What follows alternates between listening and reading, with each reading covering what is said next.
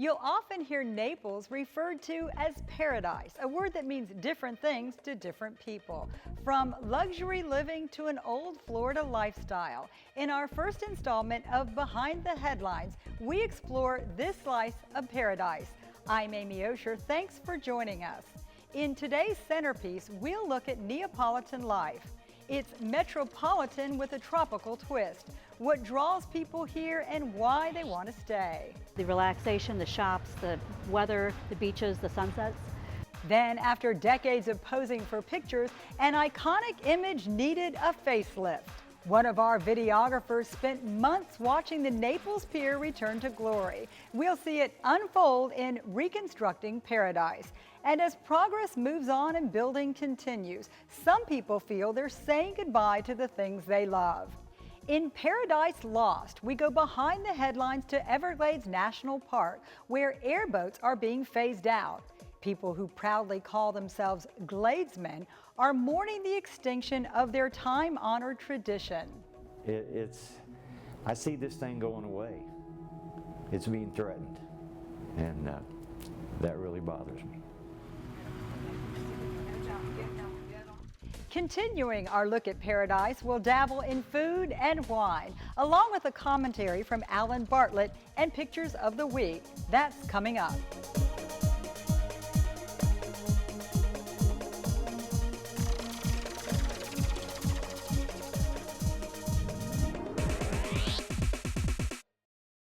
Welcome back to Behind the Headlines. We're going to kick off with a look at our slice of paradise. No longer a well-kept secret, people are coming here for a visit and staying for a lifetime. We'll look at how that impacts Neapolitan life. Welcome to Naples. While a Rolls-Royce parked on a city street might stop traffic somewhere else, it barely raises an eyebrow here. Along with Tony shops, trendy restaurants, and lush landscaping, a tropical treasure to people like Marya Norris, who shares time between here and Michigan. I feel better down here, sunshine, palm trees, so there's nothing better than Naples in my opinion. June Fletcher follows growth in business for the Naples Daily News. Latest figures show both are booming. If you drive around in the middle of summertime, it used to be that you could just zoom down the highways, and now they're very busy. We're having a lot of growth here. We're getting mostly people who are empty nesters and retirees, though. Collier County's Ave Maria recently ranked in the top 50 in planned community sales, and Forbes magazine forecast Naples as top in the nation for job growth, fueled by wealthy retirees with money to spare. And that really does influence a lot of the businesses that come here. Small family-owned businesses thrive here, delivering the personal touch Naples is known for. Construction, retail, and healthcare are also feeling fine. The warm climate and economic climate was reason enough for Lou DeFusco to relocate from New York. We had been down here before, but prices were very, very high. Then in 2008 and 2009, things started to take a real big dive. So we were able to purchase a home at that time well below market value, which, as you know now, in 2015, 16, prices have basically almost doubled. Starting as a snowbird, 2 years in, Lou took the plunge and moved here full-time, an increasingly common trajectory, going from seasonal to full-time. Eventually, Marya expects to leave Michigan behind for a slice of Neapolitan life. It is going to be 7 degrees, windy, icy, snowy, and just brutal. So I'm so happy to be here. It's an iconic image that's a fixture in countless memories and mementos. The original Naples Pier dates back to 1888. Built as part of a hotel landing point, it's come back from fires and hurricanes, only to be rebuilt once again. Our photojournalist Jamie Stoddard chronicled the detailed process and files this report, narrated by Tim Ayton. The Naples Pier is one of the most popular destinations in Naples, Florida. First built in 1889, the Naples Pier served as a docking site for boats bringing goods to the small Florida fishing town. The Naples Pier has endured fires and hurricanes over the last century. Now it has received a makeover. The project to remake the pier began in July. Manhattan Construction took on the project with great pride. K.P. Pozeshkin, Vice President of Manhattan Construction, is a 35-year resident of Naples and was just 9 years old when his father took him to the pier to fish. And now he takes his sons there 3 to 4 days a week to do what his father and grandfather did some 35 years ago.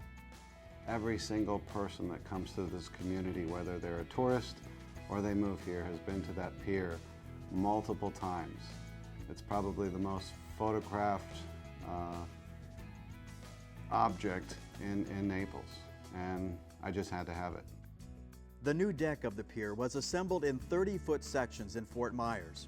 Once complete, those pieces were placed on a barge and set sail for Naples.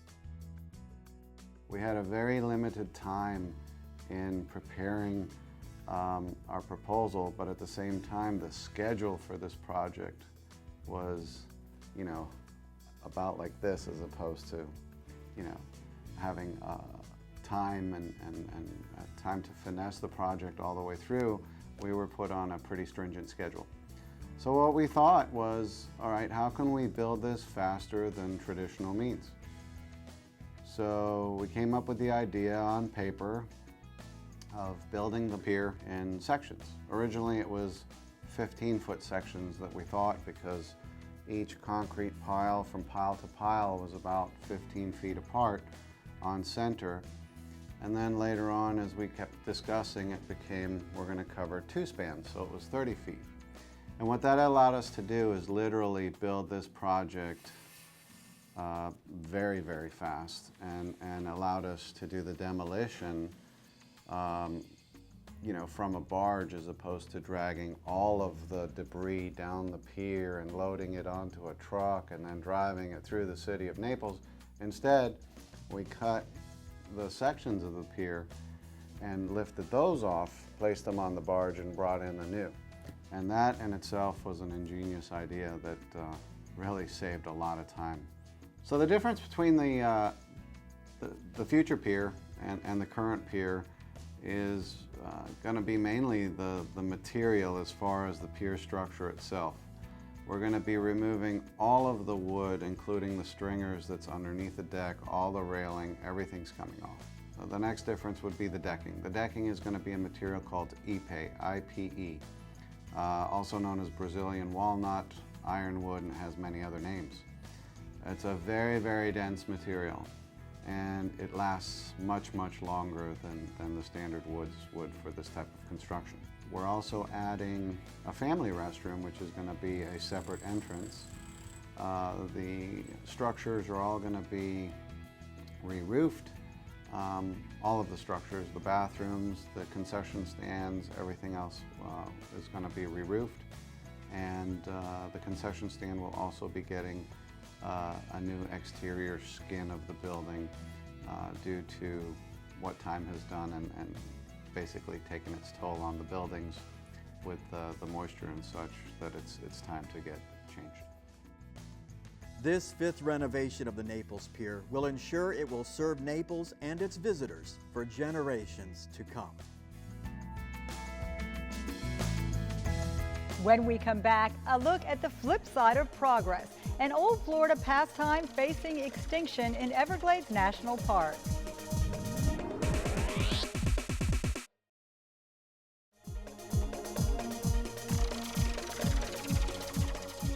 Preserving wilderness in the Everglades, coming at a cost for those who've grown up with an old Florida tradition, airboating. For more than 85 years, people have zipped across the river of grass, but that pastime is facing extinction in the national park.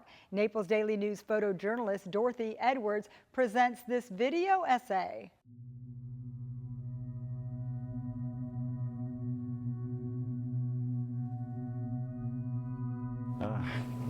Getting on an airboat and going out in the Everglades it's an adventure. It's not just a little trip, and it's something that the beauty, you can't believe it until you actually see it. It's so calm and serene, and I'm just so excited. I don't want to come back. I want to stay out there. It's like a fraternity or something, you know. It's the way it is, you know. You're all a member. I ran into one guy at the swimming hole when we were out there, and I had my airboat t-shirt on, and from the airboat club. And he saw that and he goes, "Hey, brother," high-fived me and everything. And I don't think I've ever met the guy. No, I'm not gonna Keep it, man, I got a bag of You them. did that. Don't. And it's the same no matter where you go. If you've never met these people before, you run into airboaters and it's like you've been friends for years. So, hard to beat that. Long legs, you friggin' do.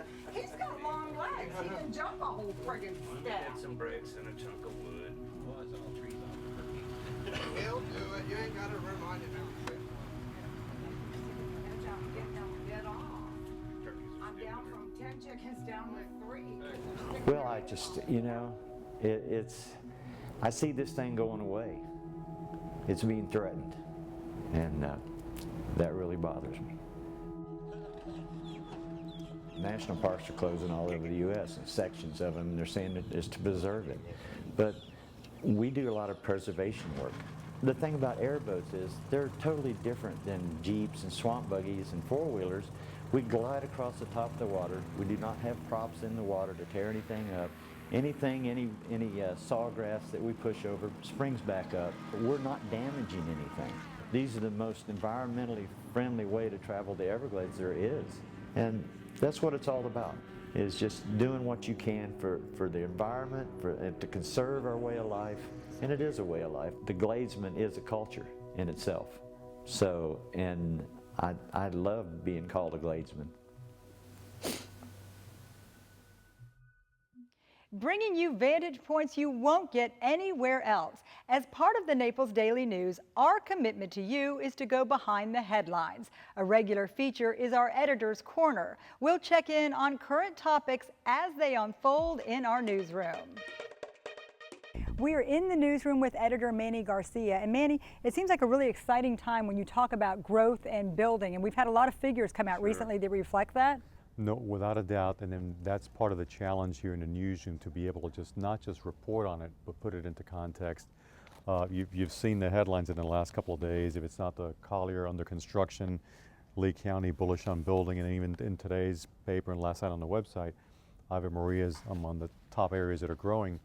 So for us, what we're seeing is, and you see it in the coverages, the amount of building permits that are being pulled. You look at southern Lee County, which is a key area of coverage for us, the continuing growth, not just in homes, but it's also multi-family units, apartment buildings, and so forth, to meet the needs of the growing area.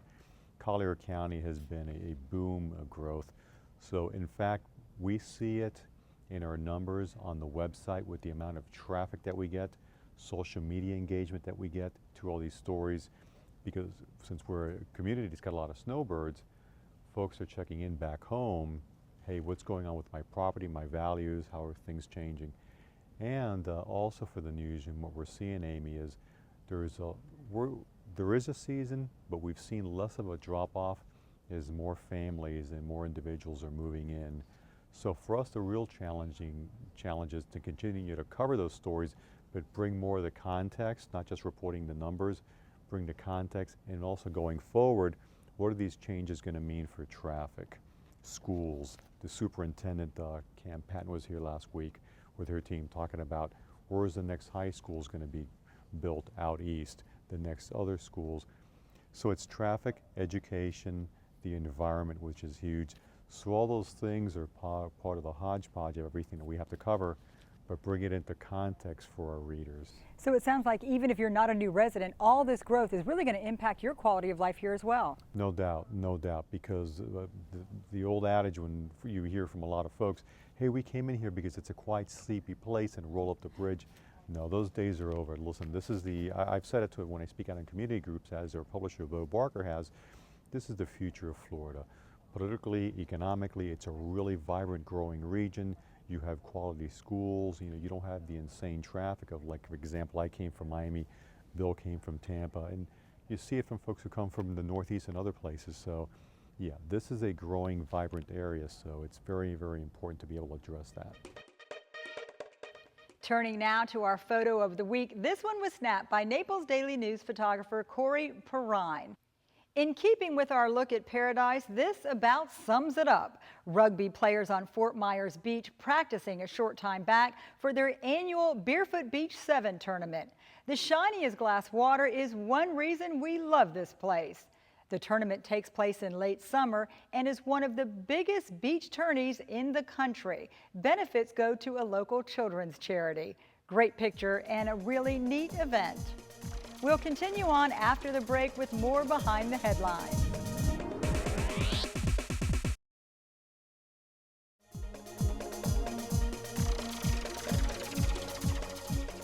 If you followed our journey to this point, you know that our show began as Naples Daily Newsmakers before its relaunch into a news magazine. The host was our own Alan Bartlett. He'll continue on as a fixture in this show, presenting commentary as only he can. It's that time of year when the snowbirds have headed south and the locals start to grouse. We can't find a place to park at the beach. We can't find a good place to park at some of our favorite places to shop. Carts are everywhere, shelves are picked over, and it takes me longer to get through the grocery store. The waiting times in our favorite restaurants are getting crowded. People don't seem to know where they're going. Worst of all, they're clogging up our roads. I'm trying to get where I need to be, and I've got Michigan in the left lane, Maine in the right lane, and Manitoba in the middle. To those who have joined us here in Southwest Florida, we at the Daily News say welcome. To all those locals who are grousing at the snowbirds, we say take a deep breath. How quickly we forget. It was just 5 years ago that we were lamenting how the recession and the April 2010 Deepwater Horizon oil spill were killing our economy. Why weren't people coming to Florida? Our beaches weren't fouled by oil. That's not fair. Please come down and spend your money. So why is anyone complaining now?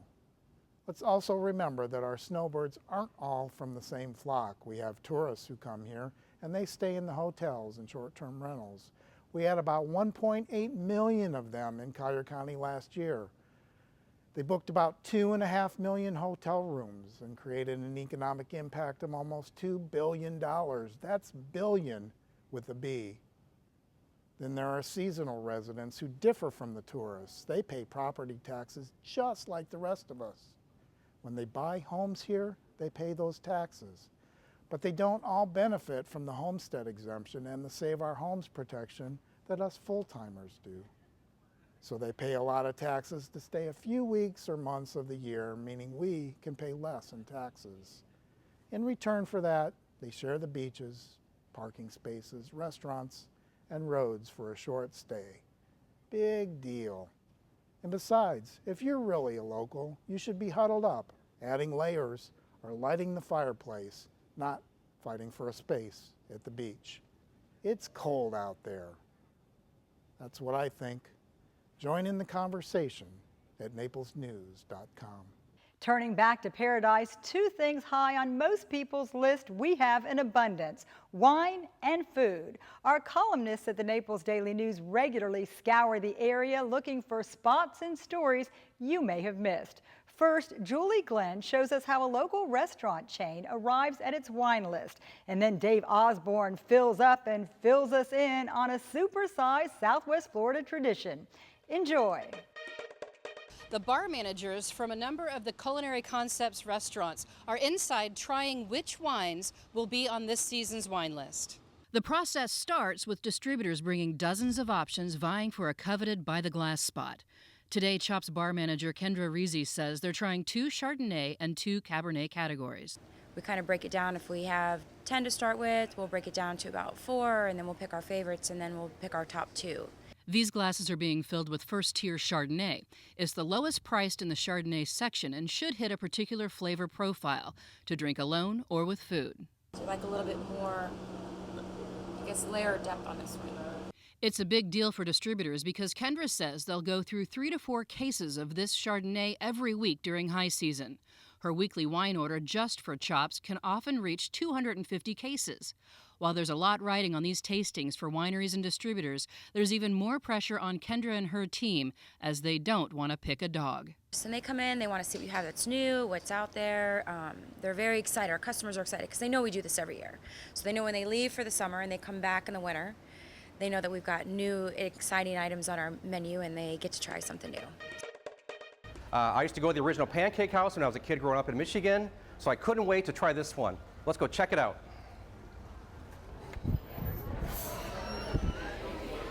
Welcome to the original Pancake House. I'll be taking care of you today. Are you ready to order? Yes, I guess your specialties, I'm going to try a couple of those.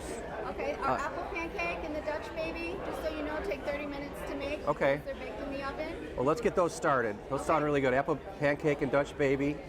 And I'll try an Irish omelet because I'm part Irish and I love Ireland. And bacon and eggs. Okay. I heard the bacon here is really good. The bacon is really good. Yeah. And then I guess I've heard everything sweet comes out of Georgia. How about the Georgia pancakes? With the pecans? That sounds really good, yeah. I guess, you know, that'll get me to lunch. I guess that sounds pretty good. Yeah, I don't know. Maybe.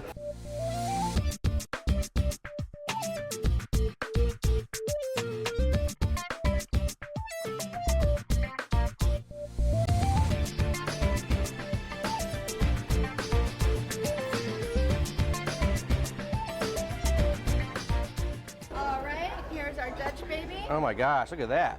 I'll show you how we do it here. This Okay. is our apple pancake. Oh my gosh. AKA apple baby. Here we go, honey. This is the Irish omelet. Okay. Wow, that looks good. There we go. Okay. And a side of buttermilk pancakes. Wow. Oh my gosh, Cynthia. I told you it wouldn't be enough. Look at Georgia pancakes. Look at those, Georgia pancakes. Yes, and this is the traditional French toast made with the challah bread. Oh my gosh. Bread. Make some room here. All right, thank you. Look at that. Oh no, we still got one more. This is. I guess I better be hungry. This is the bacon and eggs with the hash browns with our world's famous bacon. Okay. Oh, look at that. Thank you, Cynthia. You're welcome. Wow. I hope you have enough. I hope so too. All right, I'll come back in a few moments. And see Okay, thank you. Oh, you're welcome. Oh, I guess I better dig in. I eat all this food. New Year's resolutions, you're going to have to wait.